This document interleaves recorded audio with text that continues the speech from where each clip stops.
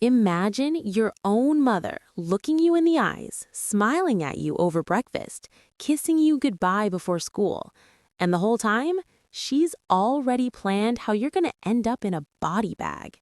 That's not a movie. That's not some made-up Reddit thread. That's what happened to a 17-year-old boy named Daniel Carter. And the woman behind it all was the same woman who gave him life. But here's the thing she didn't count on. Karma doesn't need an invitation. It shows up anyway. And before we get into this story, if you're the type who believes what goes around comes around, hit that subscribe button. We drop stories like this every single week. Real betrayal, real karma, real consequences. You don't want to miss what's coming next. So let me paint the picture for you. Daniel Carter grew up in a quiet little town outside of Charlotte, North Carolina. Nice house, decent neighborhood, the kind of place where people wave at each other from their porches and pretend everything's fine. His mom, Karen, yeah, I know, the name writes itself. She was the type of woman everyone thought had it all together. Church on Sundays, PTA meetings on Tuesdays, a smile that could light up a room. But behind closed doors, totally different story. See, Karen married Daniel's dad, Robert, when she was 23. And Robert, he wasn't rich, but he worked hard. Construction gigs, weekend overtime, the whole nine. He built that family from nothing.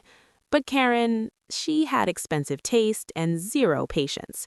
And when Robert took out a life insurance policy on Daniel, just a standard thing, parents do it all the time, something in Karen's brain shifted.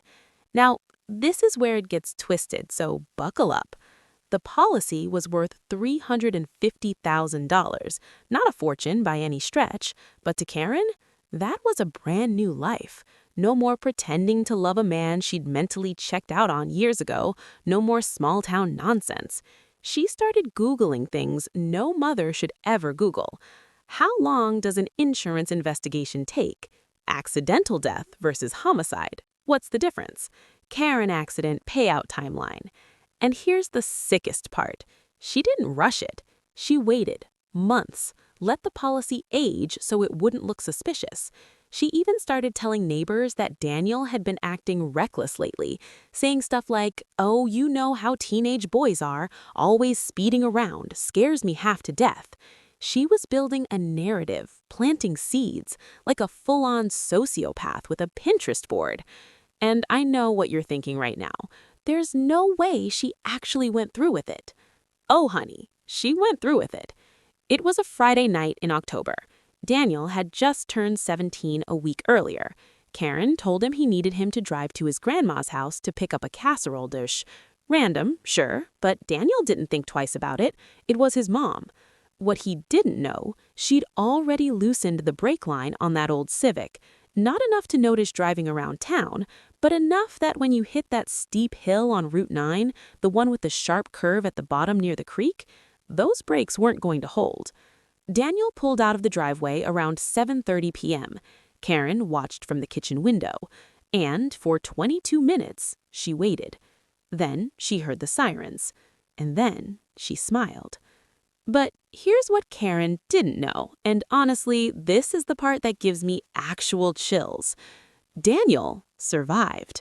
By some miracle, and I mean that literally, a truck driver named Marcus was coming the opposite direction on Route 9 that night.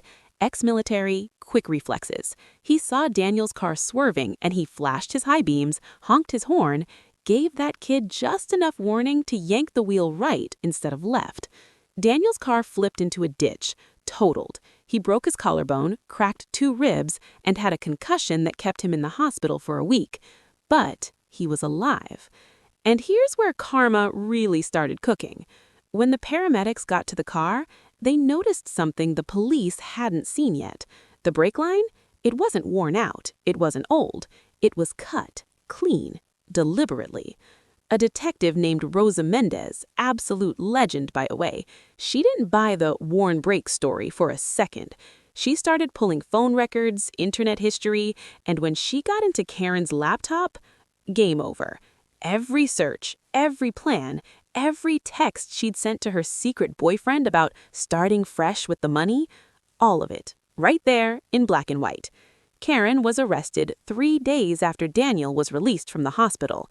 And here's the poetic justice part that I live for. She was arrested at the church on a Sunday, in front of everyone who ever believed her act. Her charges? Attempted murder, insurance fraud, child endangerment, conspiracy. And her boyfriend, the dude she was going to run off into the sunset with, he flipped on her faster than a pancake at IHOP, told the cops everything, every single detail. She got 25 years, no parole for 15.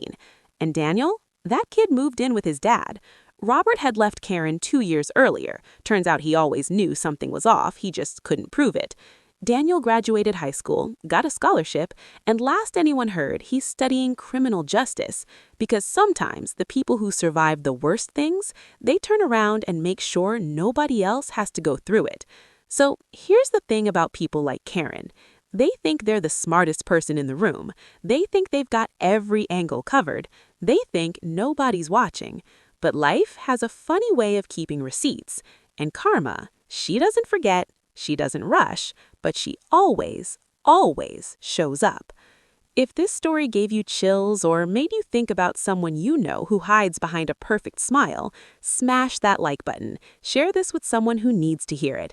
And if you haven't already, subscribe to Shadow of Betrayal and hit that bell icon so you never miss a story. Because trust me, the next one, it's even crazier. I'll see you there.